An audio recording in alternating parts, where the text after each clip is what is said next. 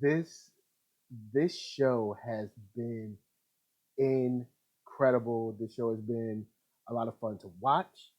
This show has been one of those shows that it's it's knocked me off uh, my balance a couple times when watching it because I've been like, hold up, I didn't expect that.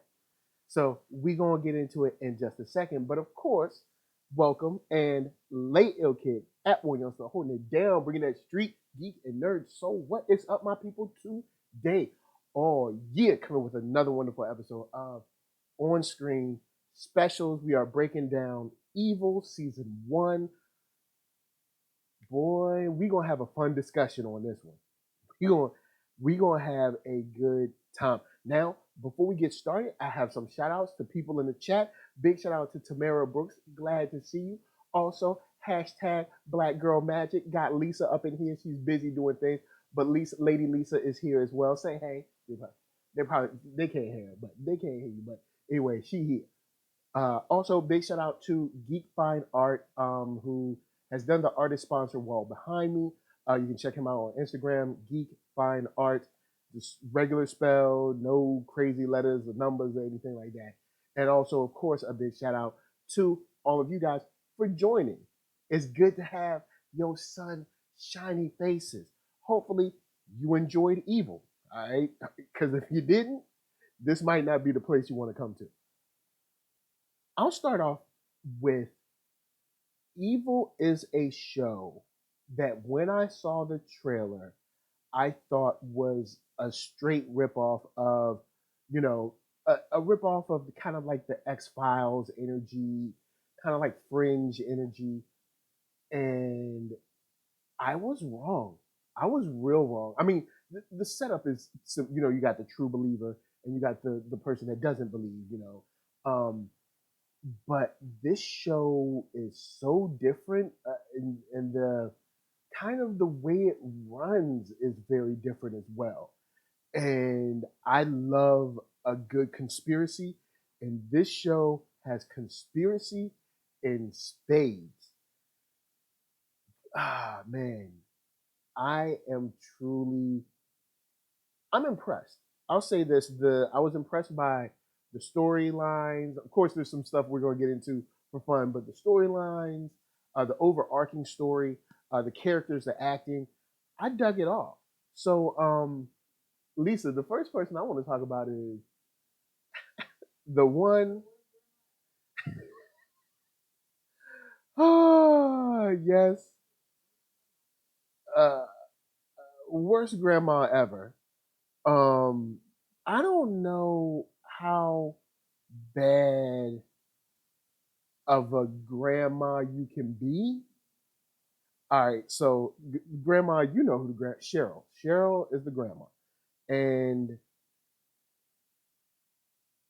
just she is the most non-caring, absent-minded. Like right here, or somebody writes about the character says that Cheryl is Kristen's supportive, hard-living mother. Let's talk about that for a second. Thank you. I want to talk about supportive. Kristen's mama is supportive. The grandmama we saw all these 13 episodes is supportive.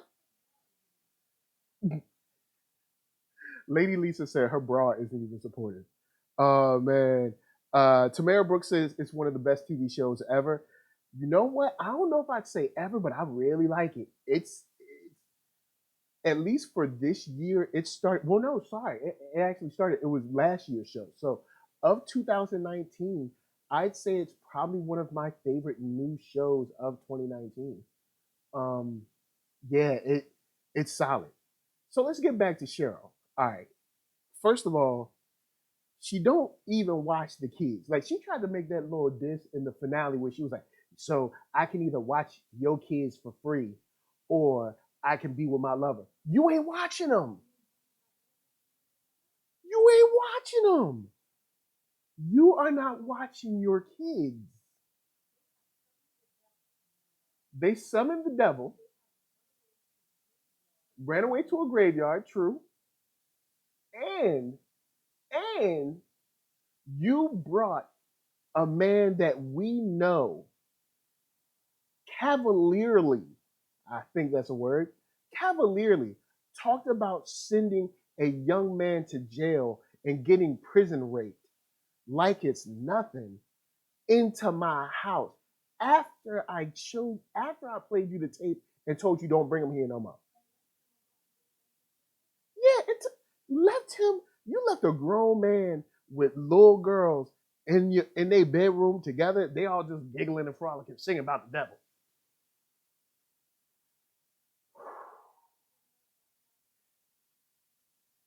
When is she supported? Now hard living? Oh, she got that. Oh, she got that. She a hard living mama. All right. First thing, your grandma need to stop trying to be 20. Yo, thirsty grandma, definitely. She is the thirstiest of all grandmas. You know what? I think even Blanche Devereaux would look down on her. Even Blanche Devereaux would be like, honey, reel it in. Oh, man. Tamara Brooks said, I said one. It said, Grandma let them get hacked with the VR. Yep. Thank you. Got Rose 390 just walking all through your house, bringing little demons all up through the board. So we've talked about her. We might get back to Cheryl, but we've talked about Cheryl. If you're new to Nerd Soul, thank you for coming through. Glad to see you. When I run down the season, I usually talk about the different characters, what they did, how they went down, kind of like we just talked about Cheryl. So I'll go through most of the main characters in this season, and kind of talk about them, what I thought about them, how they were impacted, stuff like that, or how they were impactful, things like that. Also, I want to give a big shout out to my Patreon supporters like Thought Crimes, like Enrique Carrion, like Tim I, and of course, my largest supporter, of course, Panda, Panda, Panda, Panda, Panda. Big shout out to you. Much love to my Patreon supporters. Of course, you can hit me up on patreon.com/thatnerdsoul and drop $1 or $2 up in the bucket. Holla at me, help me out, and build this wonderful journey. Speaking of journeys, you can't go through the evil journey without a team. And that's one thing that I like about this is that each member of the team contributes something important without seeming like a one-dimensional character.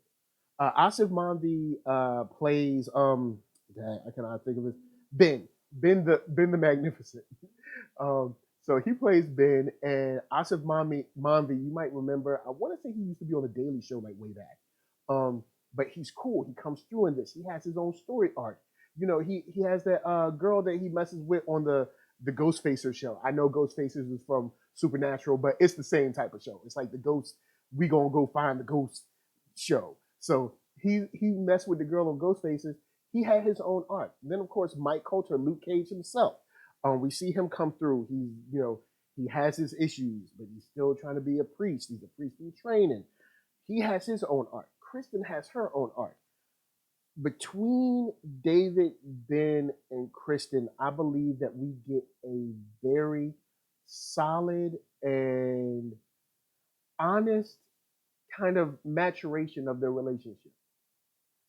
It didn't seem like it took too long for them to become friends, and it didn't seem like it was too quick for them to become friends either. So that's something that I really dug about the show and really enjoyed and thought was super fun. Um, so let's talk about uh, the, I guess, for the lower tier characters, the four L's. We got Laura, Lila, Lynn, and Lexus. Kudos to finding four child actors that don't annoy me.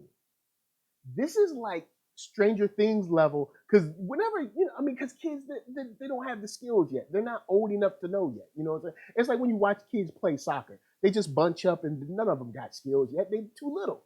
You know what I'm saying? But these four young ladies are they seem to represent like real child energy. Like they seem like real sisters, and of course they're not real sisters, but they seem like real sisters, and they interact like real sisters, and they're funny, they're annoying, they're bad, they get in trouble, they got each other's backs, they argue and bicker and stuff, and they all talk at the same time. It's fun whenever they're in, and they do a good job of sprinkling them in from time to time, where the show isn't all about them, but it isn't like Power, where we ain't seen that baby. We we ain't seen that baby on Power since like season 4. Now I don't know where that baby is. That baby probably got a full-time job. So I like that about the show. I like that a lot about the show, where these young ladies seem like family and they interact like family. The way they're with their grandma, the way they're with the other friends, you know, they're great. But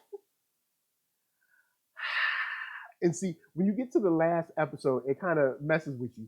But I gotta ding you because when that random girl was like, "Hey, let's all talk about how we would kill our parents." Yeah, the one that wouldn't take the mask off at Halloween. Yeah, I'd be like, "Look, you coming up in my house? We gonna get on Black Mamas in the. We gonna talk Black Mamas in a second. We gonna get there."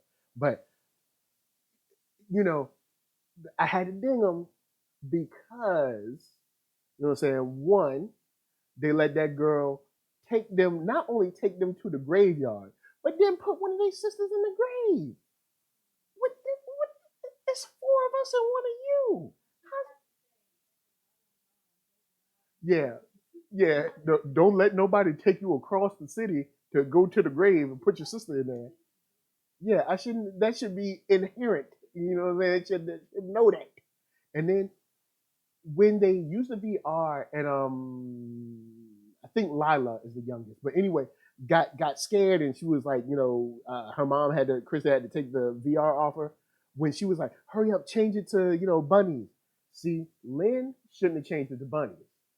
Lynn should have been like, Mom, we was playing this game, and you know what I'm saying, we can't be playing it. But at the same time, it worked out at the end. They told their dad, and they fixed it. So that was all good.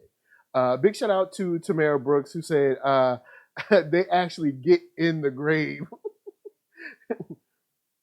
and she's the grave that is not 6 feet deep. That was like 3 feet deep. Yeah, that grave was done. They was gonna come back and finish it the next day. They was gonna do a little more digging. They had some more digging to do. We're going to scoop, just get a little scoop out. Um, but Terrell Brooks also said that mask would have came off. Yes, Black mamas would have took it. You ain't coming up in here with no mask on. Mask off. You know what I'm saying? Take it off.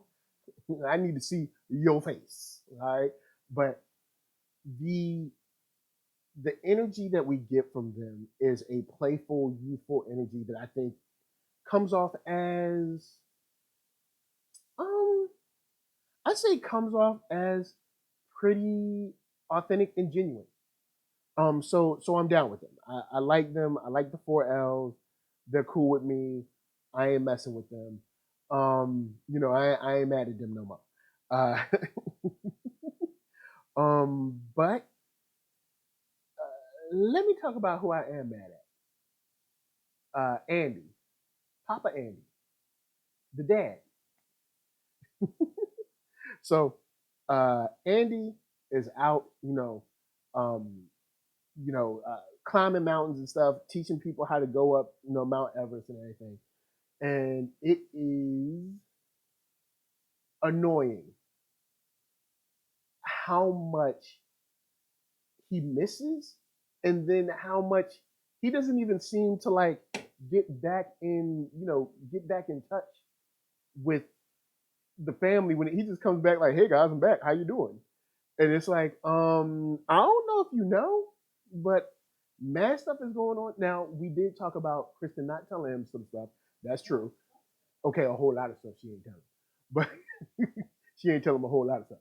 But you know, I can't dog him out for not knowing about I guess not knowing about everything.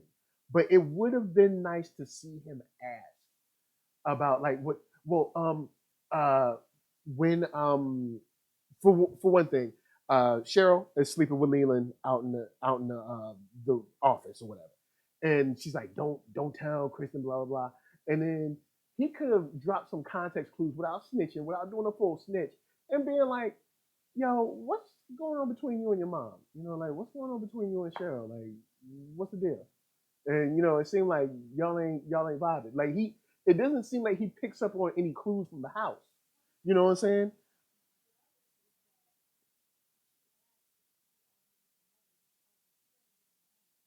Oh yeah, yeah. I forgot her and Andy and Cheryl do not get along. I forgot about True, you right on that.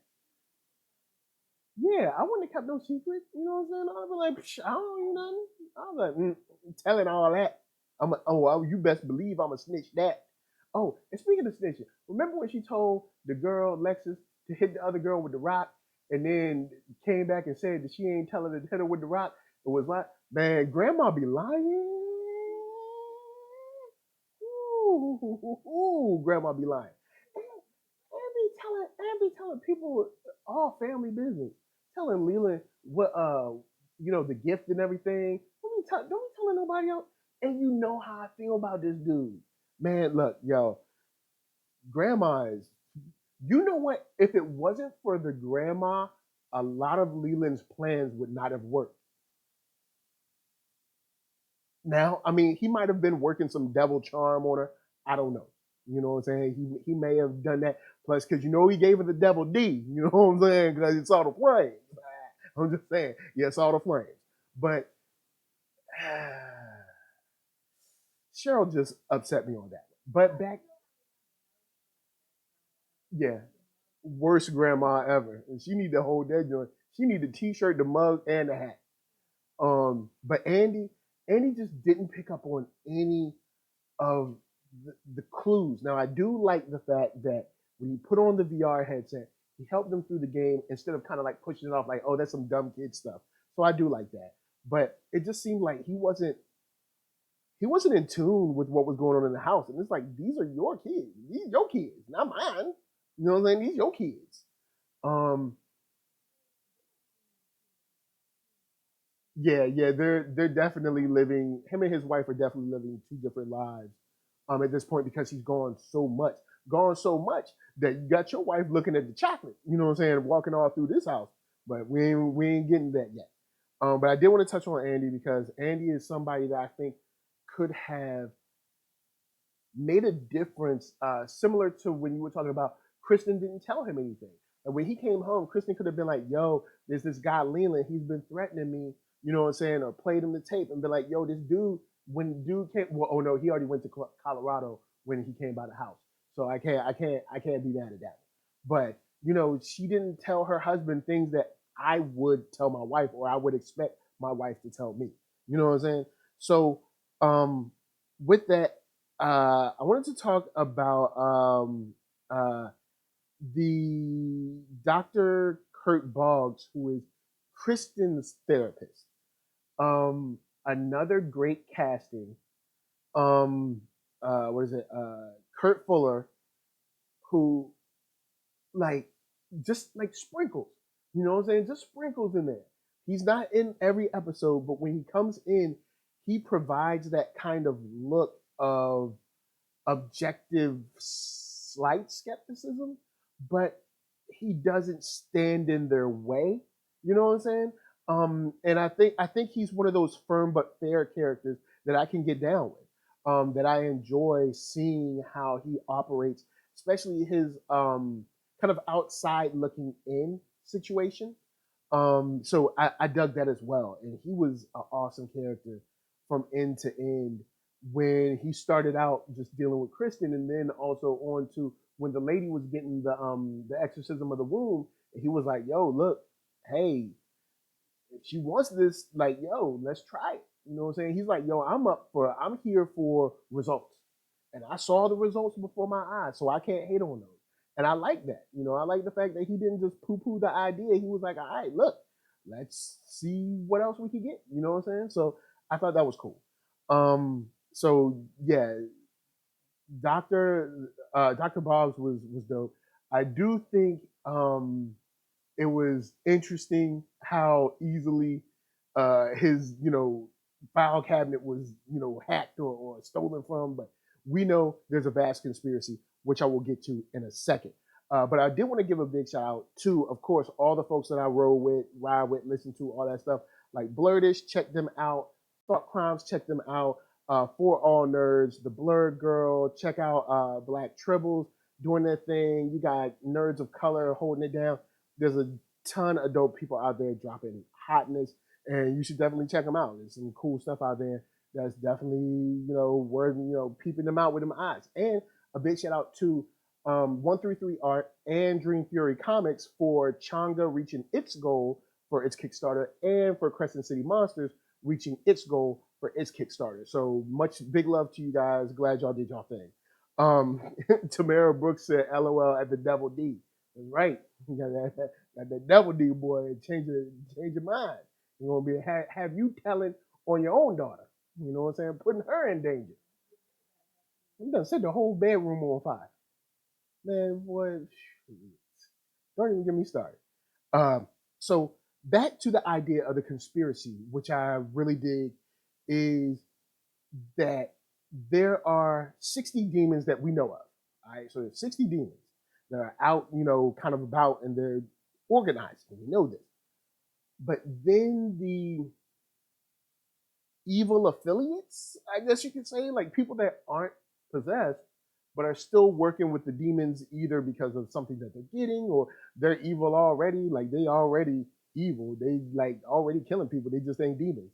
And so you have this conspiracy going on where you don't know who to trust. Like they even had old girl that was the receptionist, like calling in, snitching, talking about, yeah, they here. They got the lady here and David here and the other one here. Everybody, you know what I'm saying? Tell them all that. So you don't know how far they go. Like when he had the dude that was that was going to shoot up the prayer breakfast or whatever, they end up shooting himself. Okay, that was funny. It was wrong, but it was funny.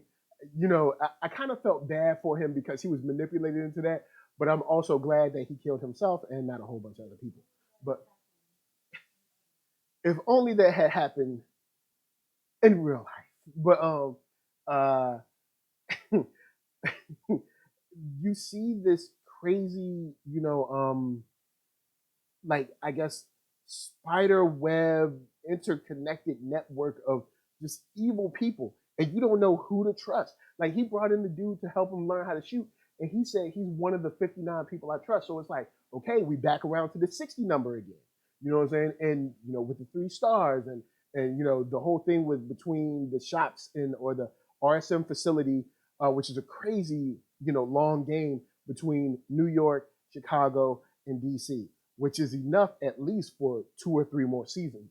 But you have this feeling of like we're on our own. Who knows? The new pastor or the new priest or whatever could be possessed. You know what I'm saying? Now, I mean, I kind of doubt it because he got to hold the cross so much. But I mean, they could be manipulating him, or he could be working with it because he could be like a priest that's just like, yo, I'm just greedy, I'm in it for the money or something, and then and they already manipulating him, or they working together. And it's like I love stories like this because it raises my anxiety, because I'm like, I don't know who to trust.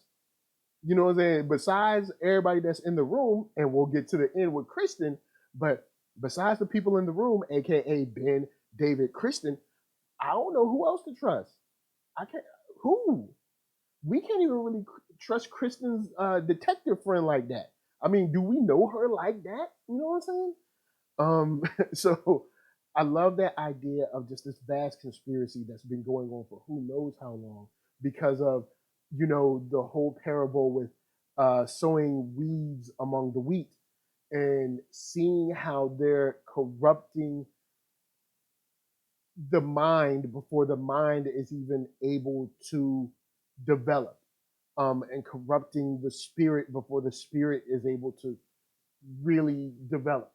And that is a crazy thought, a crazy idea, a crazy look at, if you're religious. I don't know, you might be watching this. I don't know if you're Buddhist or Catholic, or you might be you might be Jewish, Christian, whatever. But there's a crazy look at, could this, like, say if we were to put this in the real world, and I mean it's kind of set up in sort of the real world.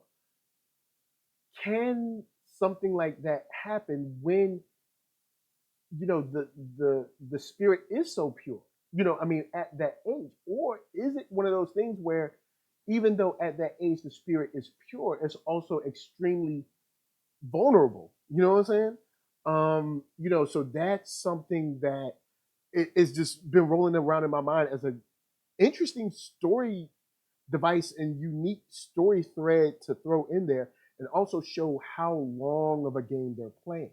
Because when you're looking at demons, the course of like 10, 12, 15, 20 years is nothing for them. I mean, if you watch other shows like like any supernatural type shows like Supernatural or Winona Earth or something like that, that these beings live, they're essentially immortal. I mean, if you're like, say if you're a vampire, you live mad long. I mean, the course of 20 years is kind of nothing to you. Or a demon that's been existing for, I don't know, since Satan created you. I mean, the waiting the long game for what we would consider like a 40-year long game of creating a whole generation of corrupted, humans, is nothing for them.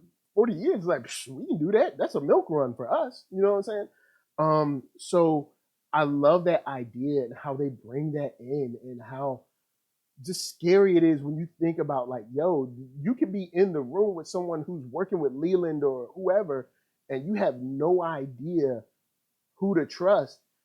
Like, can we even trust, old girl that came as the lawyer? For a second, when old girl came as the lawyer, I was like, yo, do we trust her like that?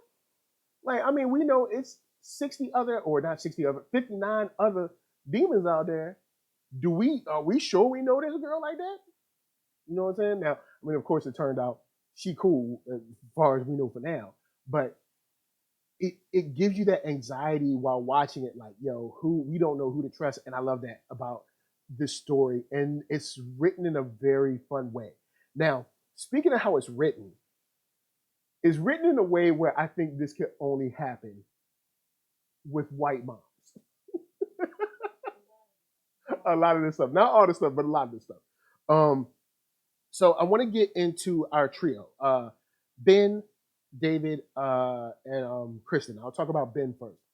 Ben is a character that I think is a good addition. At first, I was thinking 3 would be a crowd, but the way Ben is positioned is not exactly where Kristen is. It's more of from a functional standpoint. Like, is there something in the pipes?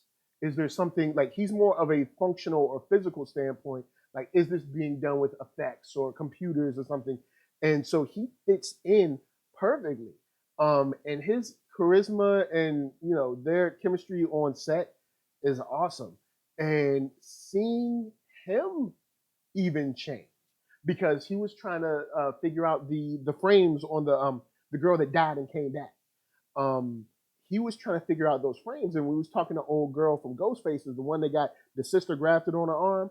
When he was talking to her, he was like, "Yo, man, I've seen some stuff that I can't particularly explain, and I don't know how they did it.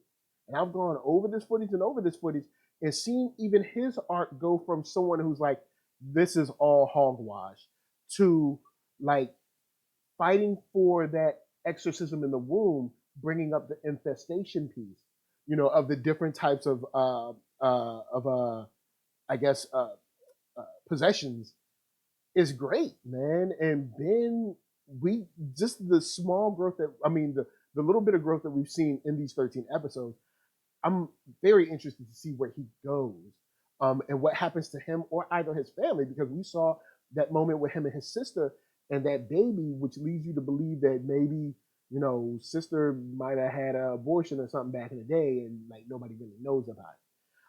So shouts out to the chat. Tamara Brooks said the lawyer lady, the lawyer lady Lust was on 10 with David. Look, check it. Look, I mean, hey, we all got that one that got away, and he got away for her, and she had a chance to rekindle it. She meets him. She looking good. He looking good. They're two good looking people. They both single. Well, yeah, there wasn't. Yeah, you're right. There was no rekindle. He was engaged to her sister, but her sister died, and she'd been dead for. I mean, okay, hold up. Before, I'm not saying like she died like yesterday. She has been passed for a long time, and the life does go on, and not saying that you should kind of like swoop in. Why you gotta look at me like that? She looking at me like you should. I'm not saying you gotta swoop in, but so if you've been dead, you don't want me to get married with nobody else.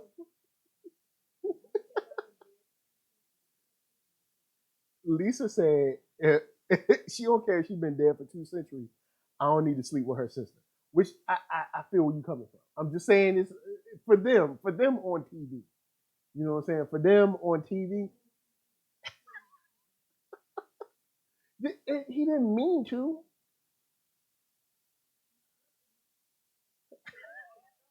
I mean, okay, he meant to, but he didn't mean to.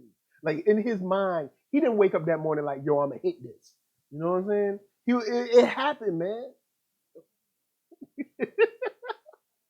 Yeah, he sure enough did it because they got all kinds of photos of that.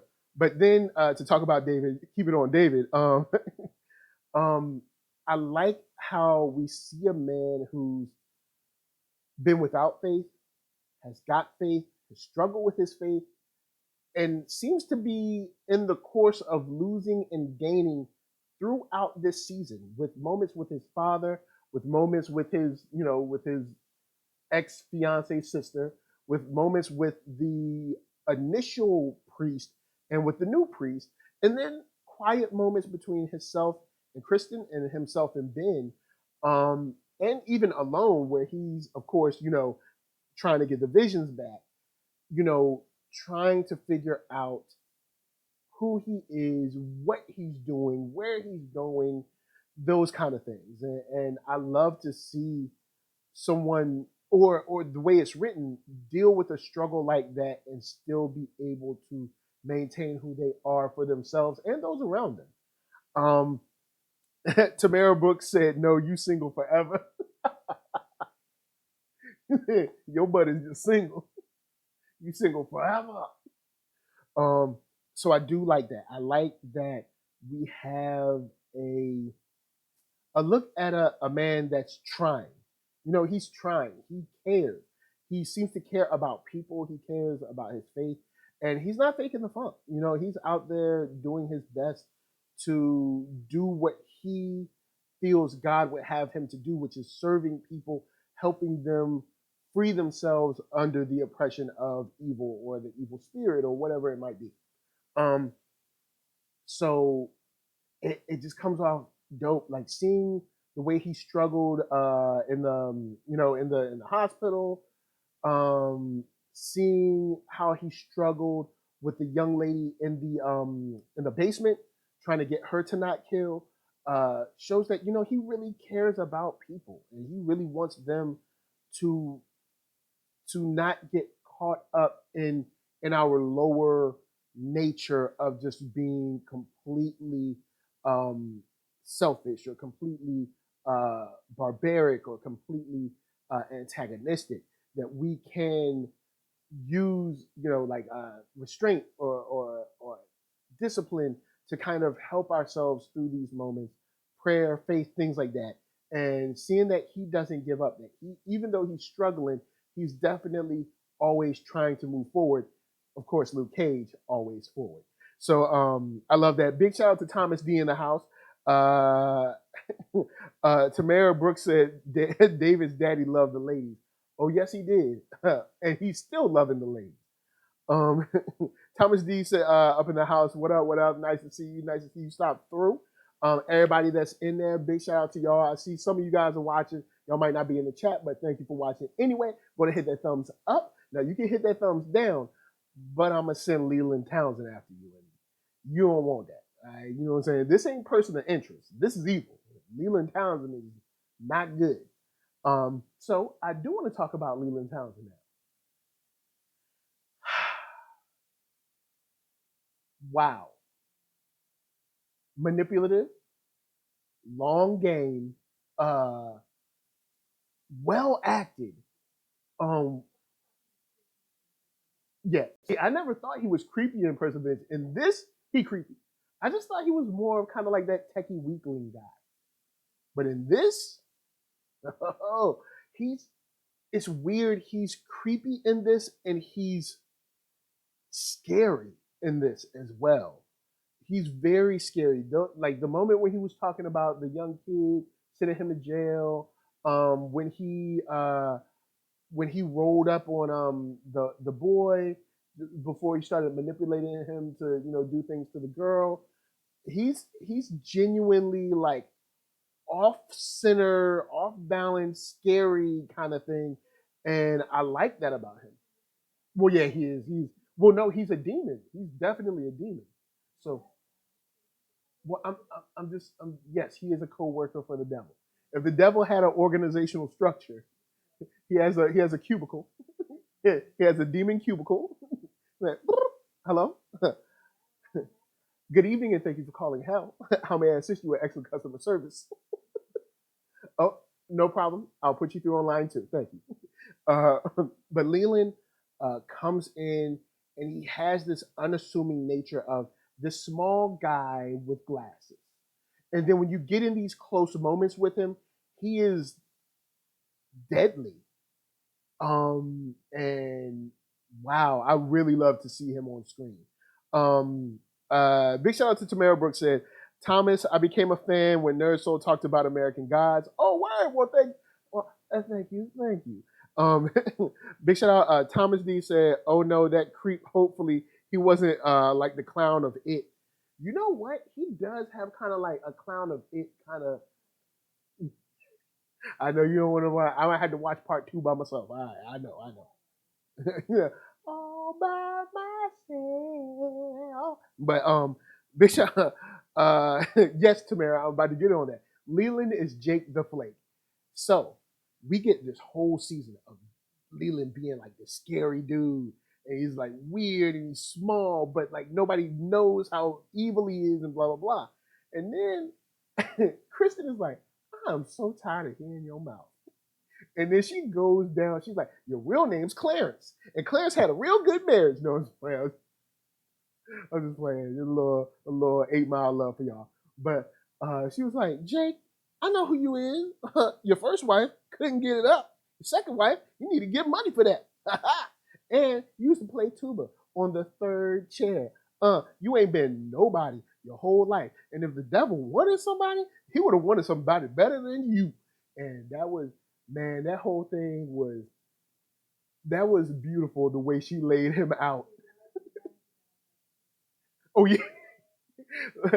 Lisa said right after she finished that speech, she was like, "Oh, she gonna pay for that," and you know what? She probably will, because that night she got a visit in her dream from the top devil man. I don't know if he's like a general. I don't know if he's like, baby. I don't know about the organizational structure of hell. There's like, all right, so you got the 60 demons. Those are like the top. Maybe they're like the regional managers of the demons, because there's demons under them. They're like the 60. They're like the good 60. So those are like store managers. Like how you got like a franchise. So you got store managers. Those are the 60 demons. And then like the regional managers. That's like the dude, the blue one. All right, Lisa's not. Lisa, I'm just trying to break down. I don't know. They ain't giving me the levels. All right, they ain't telling me who is who's boss. All right, we know the blue man, the blue goat. He's on top of Leland. He knows, so he's probably on top of the 60. So he's probably the next. So maybe there's, I don't know, maybe 12 of them. I don't know. I'm just taking a guess. So anyway, he came up in her dream like, yep, you should have took that gift, because now we're gonna come and get you. And then Jake was like crying. He's like, oh man, she hurt my feelings. He was looking like a little bit, but we ain't gonna say the whole thing. He was looking like a little bit, and then he was like, "Don't worry, we're gonna get somebody else to kill her, and we're gonna eat her heart together." And then he tried to steal the key, and that's why she changed the locks on her, like, "Ha, in your face." Except we found out that joint about RSM, what is it, fertility. That joint with the Oilers triangle, that changed the game and brought everything full circle with Lexus, with the kid that was trying to kill his little baby sister. His parents killed him, which I can't blame them for. Cause look, we gonna get into Black Mamas in a second, but I ain't locking my door. All right, there's gonna be one. Look, I ain't gonna be scared of my child. My child gonna be scared of me. All right, we ain't gonna have none of that. So act up if you want to. Take me across the lap. Used to whip me with a strap. Like, boy, don't play up in here. All right, poison my milk. Talking about I'm trying to do an experiment. Anyway, big shout out to Tamara Brooks and Thomas D, who says, "Yeah, I've heard about it from a few people, but these bills got to be paid, shouty." Tamara Brooks said, "I totally understand. You know what I'm saying? They talk about, hey, look, you got to get that evil where you can get it." And Thomas D said, "Hi, my name is Lucy. I'm from the South District Manager from Hell. Sorry to bother you." Hello, sorry to bother you. We were wondering if we could set up a possession for you sometime next week between 12 and 2. Could next month work? Like, so, I mean, yo, man, look, I'm a firm believer in, like, look, trusting the Lord, all right? And there was a lot of not Lord trusting up in here. I mean, you had one person trusting the Lord, but other people won't trust in the Lord. Like, how about all them dudes coming in talking about we for the Vatican and we got this prophecy, but we ain't telling nobody? Don't you think that would be an important prophecy to be telling people? Yo, the Catholic Church don't say nothing. And they had the Asian girl that was talking to God all the time. And then why didn't you just tell her? Why didn't you just come get her?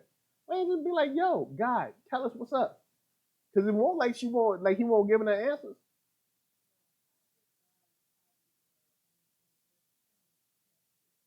Yeah, he probably ain't trying to highlight them like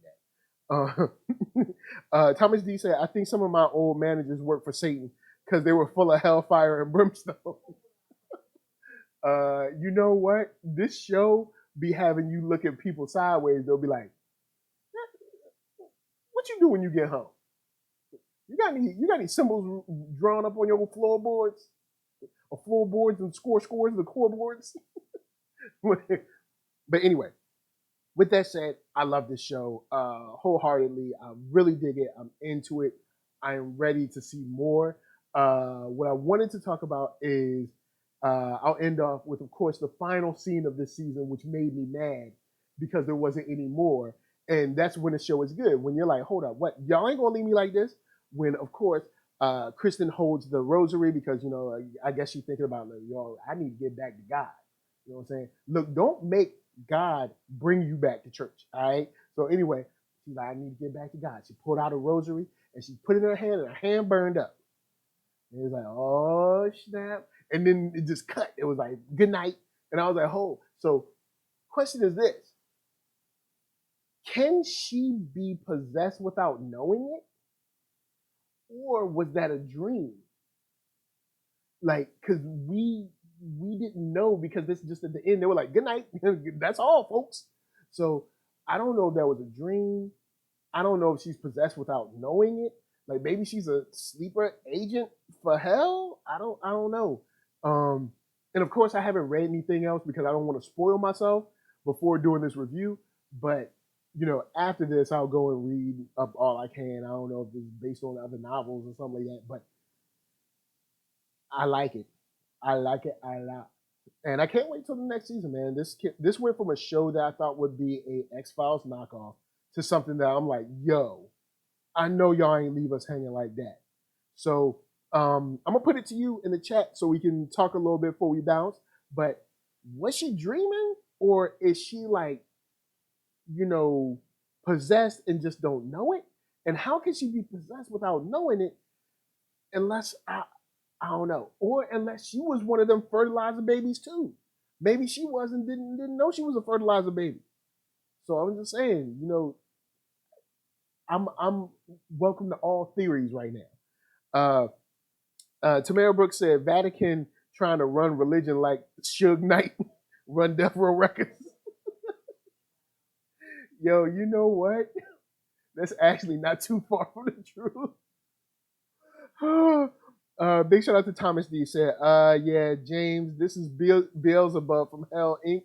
And we need we need your soul. What time are you available so we can set up an appointment with Lisa? Oh man. We need your soul, dog. Now, hi, Jim. Remember when you sold us your soul about 5 years ago? It's time to collect. We were wondering if we could come through maybe this Friday between 2 and 5. Oh man. Tamara Brooks said maybe she became possessed when she killed Orson. Yeah. See that maybe that's it because she sure enough killed Orson, which I can't dog her out for. You know what I mean? I don't know. Maybe it was one of those demons that when you touch somebody, it get inside you. She had that cut on her. She had that blood on her leg, and maybe it was washed in the blood, and it wasn't the blood of Jesus. It was the blood of evil. So maybe the blood of evil. Lisa said, "Why did I turn into a black deacon?" Cause look, I've been around black deacons, so I know what black deacons do. All right, I know about the blood of Jesus. All right, don't look. You better be washed in the blood. In the blood. All right, so see, Thomas D said, Tamara or Baby from Cash Money, you ain't never getting your soul back. Yeah. But all right, so check this. So all right, so with that said, I want to talk about motherhood on television. I'm going to try to help. Yeah, Tamara says she's totally right for killing Orson. Yeah, you gotta take him out. You gotta go. The second he showed up at the house, chitty chitty bang bang. But I'm gonna try to help white mothers in general on this. As a young man that was raised by a black mother, first thing, your daughters don't never get no gift that you don't know about. That's one. Number two, your kids don't never play no game, especially no game that be online on the internet and stuff that you ain't went all the way through and know all the options and stuff. Ben had to go in there and turn off the thing to get to Rose and then find out where Rose was living and the dude that stabbed David and all that stuff. That wouldn't have happened if he was a black mama. Number three, all right? Black mamas don't leave kids with worse people than them. They just leave them at home by themselves. Just that I'm gonna leave you with your grandma. She worse than everybody else. Y'all might as well be on your own. All right. Also, there's a point when the locks get changed. All right. White mamas, listen to me. She gave out the keys to the 4 kids. All right. This is what you say to your kids. Don't open the door. I don't care if someone's knocking, banging, kicking, slapping, calling your name, ring-a-ding. Don't open the door. The only people that's going to come through the door got a key. That's me. All right? Anybody else? Don't open the door. I don't care who's outside. Jesus can just come in. So thank you. It ain't Jesus. It ain't nobody else. Don't you open that door for nobody. She said, look through the peephole. What you looking for? Because you're supposed to be in bed. Also, number 4, white mamas, send your kids to bed. All right, kids need to go to bed. Look, kids, yeah. What happened to the babysitter? Remember, Matilda was there. What happened to Matilda? We ain't never seen Matilda. Matilda probably got killed or something. Probably the blue demon probably ate her or something. Yeah, probably over there having sex with demons or something. I don't know. Look, all I'm saying is this. Also, white moms, you can send your kids to bed at any time. All right, it can be high noon, and you can send your kids to bed. Just say, take your butts to bed. All right. Let's talk about something. Talk about Leonard's in charge. Yeah, Leonard's in charge, but guess what? She's gonna be in charge of bed because everybody going to bed. I'm leaving. Go to bed. It's nighttime. What y'all need to do? Y'all need to do nothing. Y'all are kids. Kids don't need to do nothing but go to bed. Right? I'm trying to help because see, if she had these things in place, these kids, this stuff wouldn't have happened. You know what I'm saying? Also, once she saw Leland in her house, she should have immediately went to hell up in Harlem up in that joint. So it went slapping all over it, slapping all over the place. Yeah, when Leland was with her daughters. I mean, yeah, she did cut him too. So you know what? I take that back. You did a good job on that. uh, oh man. Yeah, Thomas D said like that movie with Denzel where the evil spirit went from person to person. That's called Fallen. Fallen is a very good movie. And shout out to Fallen. I rented that movie from Blockbuster. A little something for you there. Thomas D said, you ever notice in that every white movie, the kid either gets left or just walks out the door going on an adventure?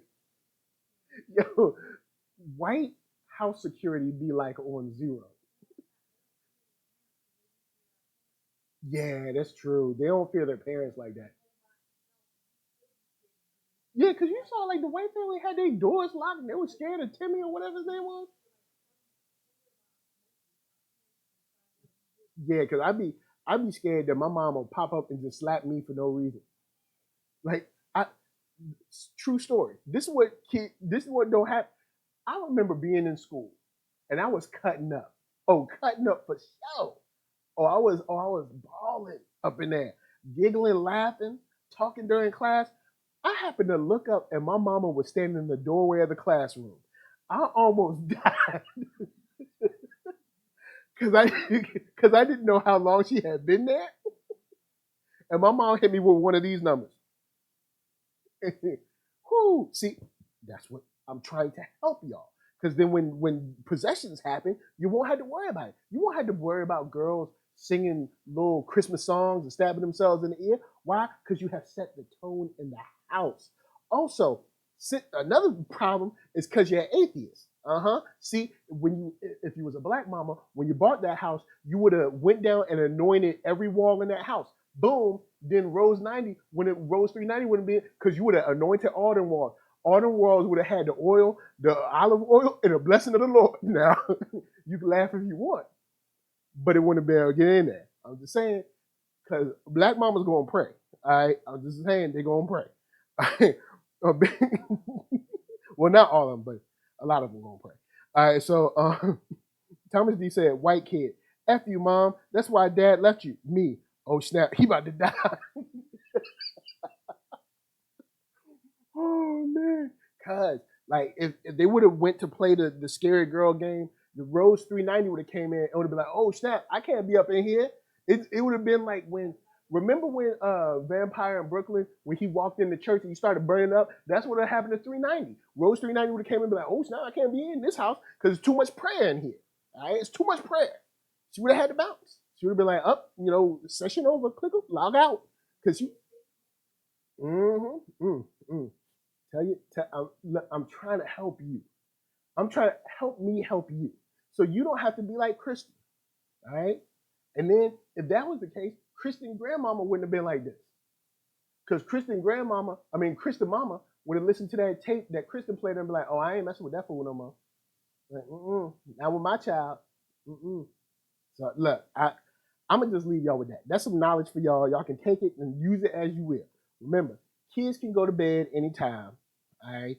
It doesn't have to be nighttime for kids to go to bed, but kids can always go to bed at any time. Second, change your locks and tell your kids don't never open no door. They don't need to be. You ain't old enough to open the door. All right. You don't.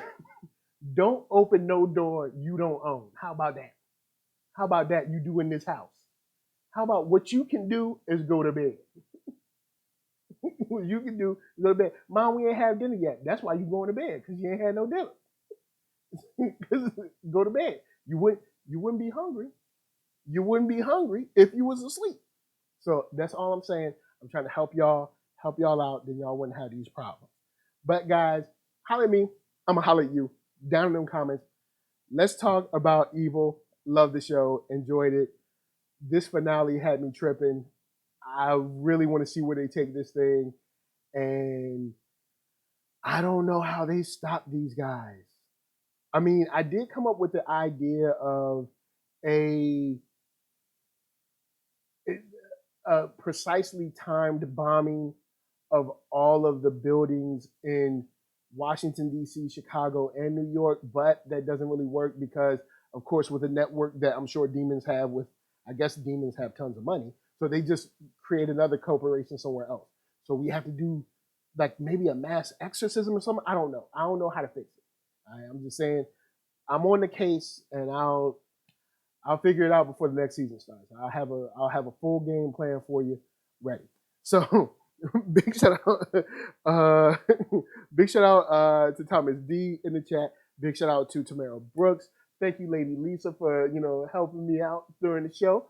Also, everybody that's already watching and watching on the replay, much love to y'all. Great to see y'all sun shining faces.